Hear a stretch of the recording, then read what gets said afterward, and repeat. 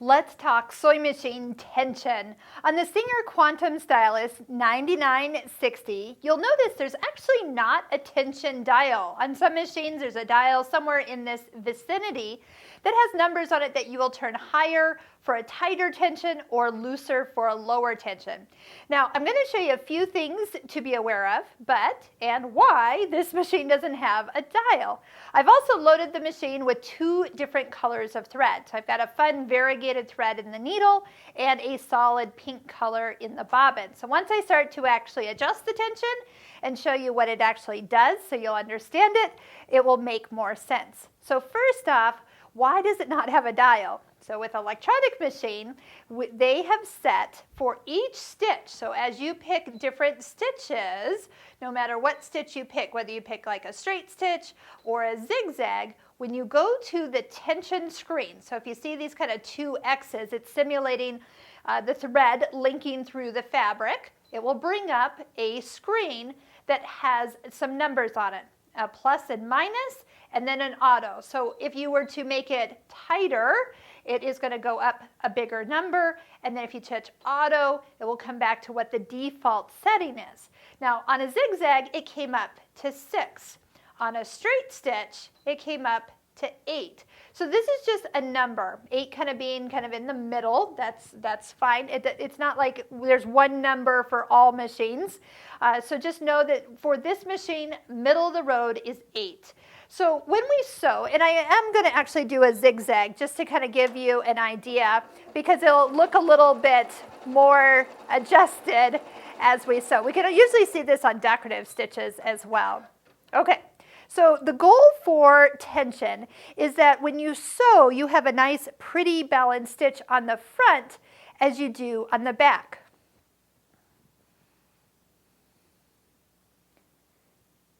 Now you notice on this particular back, and here's the front color, I've got the purple-pink variegated part going through right now, and so you can see a little bit of the purple pulled to the back, which is what you want for a zigzag. You want it to pull a little bit to the back. Now on a straight stitch, you aren't going to see so much of that because the tension is a little bit more tighter than it was for the zigzag. So let's just see, and you're not going to see it as much, but when you stitch, you're going to see one color here and then that same color on the back. So we only see pink on the back, not the blue that we have in that top part. So back to why people think tension is always the problem. So number one, tension is not the problem, it's a tool.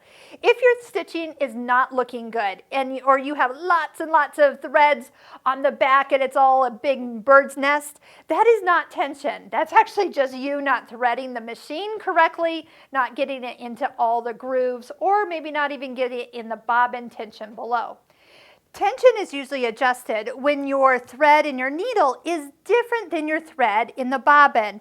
So think of it almost like trying to balance the scale. So if you have something that's heavier or thicker, it's going to want to pull that thread to that side, versus a thinner thread, which is not as strong, will be kind of pulled to that back. So sometimes we need to go one way, sometimes we go to another.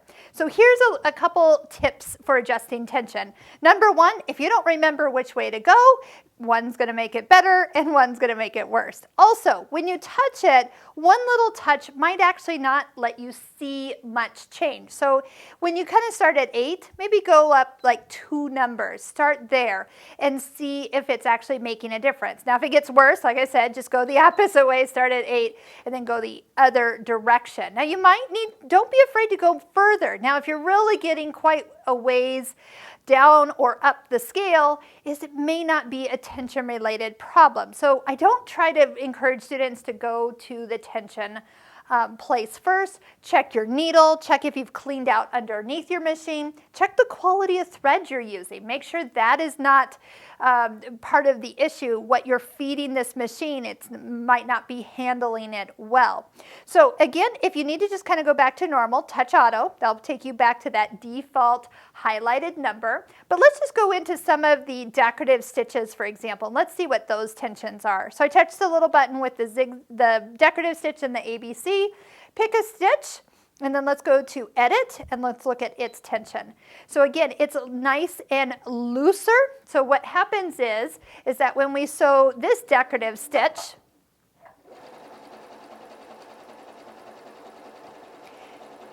the threads are going to pull to the back side, making sure that the top thread looks absolutely gorgeous. So here's what we're looking at. And we see a little bit of the colorful thread being pulled to the back side right here, and a little bit of the pink thread through the middle. That is what we want. So again, we don't want to see any of the bobbin thread coming up to the top, but if we did, then we would go to the tension area and make the top thread looser. So see how if it's looser, then this becomes tighter and can pull it to the back. So it's kind of neat to just let the machine start off by doing the tension adjustments for you, and then if you are using any kind of odd combinations of thread thickness, one in your needle, one in your bobbin, you at least know where to go to start to adjust it so it turns out perfect.